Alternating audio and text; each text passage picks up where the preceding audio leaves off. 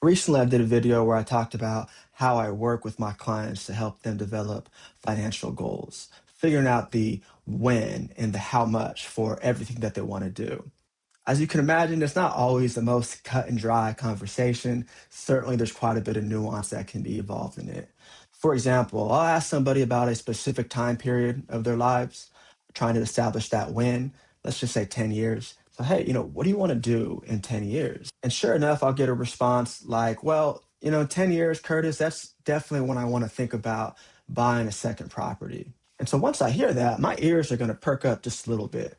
Buying second property could certainly be somebody's goal, but in my experience, it tends to be more of an action than a goal. So I need to ask the most important question of all time: why do you want to do that? And sometimes I get a very clean answer. Hey, Curtis, my family has always gone on vacations to Hawaii. We love going out there. So we really want to buy a second vacation property out there to make sure that we don't have to go to a hotel and we can travel there very freely. Fantastic. That's a beautiful goal. Let's try to figure out how much that's going to cost and we can work towards that.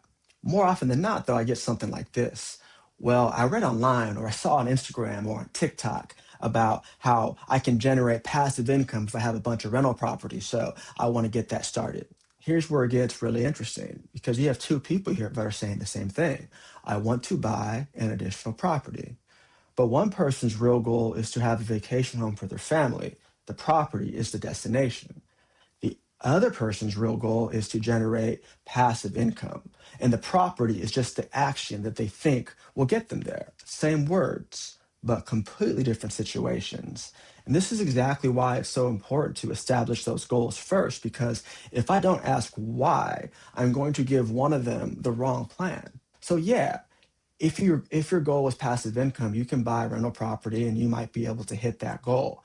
But of all the different types of passive income, rental income is by and large the most active. You have tenants, vacancies, repairs, property management, etc. Further, an investment in a rental property is very illiquid. So you can't just walk up to the house and grab $100,000 out of it very easily. It's also a very concentrated investment. All of your money is going to be locked up in one structure.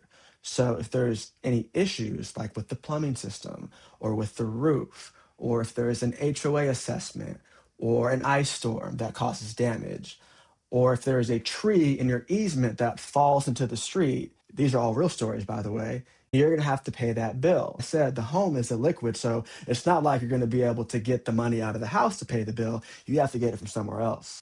And we start to break it down like that. You can see that if your goal is to get passive income, maybe your rental property isn't the best way to go.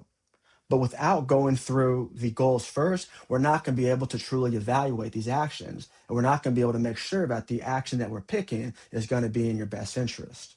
This is why it's so important to try to tune out all the noise you hear from either friends, family members, or the internet about financial actions that you should take.